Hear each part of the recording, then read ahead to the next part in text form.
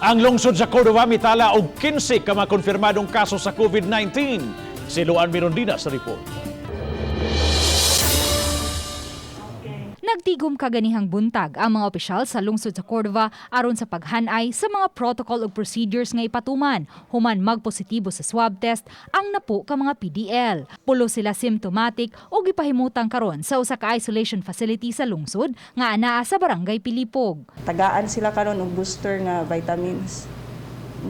And pag-monitoron sad sila sa DRRM namo og sa RHU. Way lain makasulod gyud ngadto nya mag-PPE pud gyud dili pwede nga musulod nga walay PPE. Upat sa napo ka mga konfirmadong COVID positive ang gihulagway nga nagungaw sa kakuyaw tungod kay may gihambin ng daan nga balatian sa wala pa takbuhi niini. Although vulnerable sila pero ilahang vital signs stable raman pud noon. So mao nang no need na siya i-admit or i-transfer sa hospital.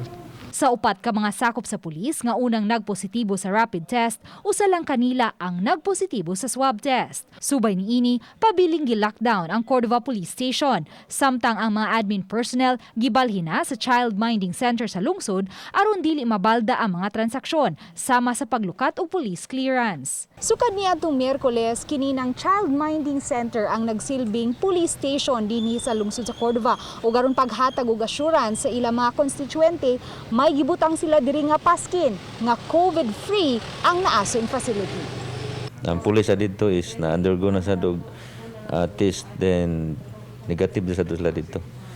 Ya, walang gito gipauli ni Sir Layog just to make sure nga healthy sila. Laing nagpositibo ang usa ka residente sa barangay Dapitan nga na-admit karon sa usa ka pribadong tambalanan sa dakbayan sa Lapu-Lapu.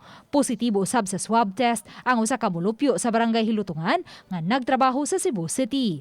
Ang Cordova una nang may duha ka mga COVID case sa barangay Ibabaw ug barangay Katarman nga mga naka-recover na. Uban ni Godfrey Rilien, Luan Mirondina, Balitang Bisdak.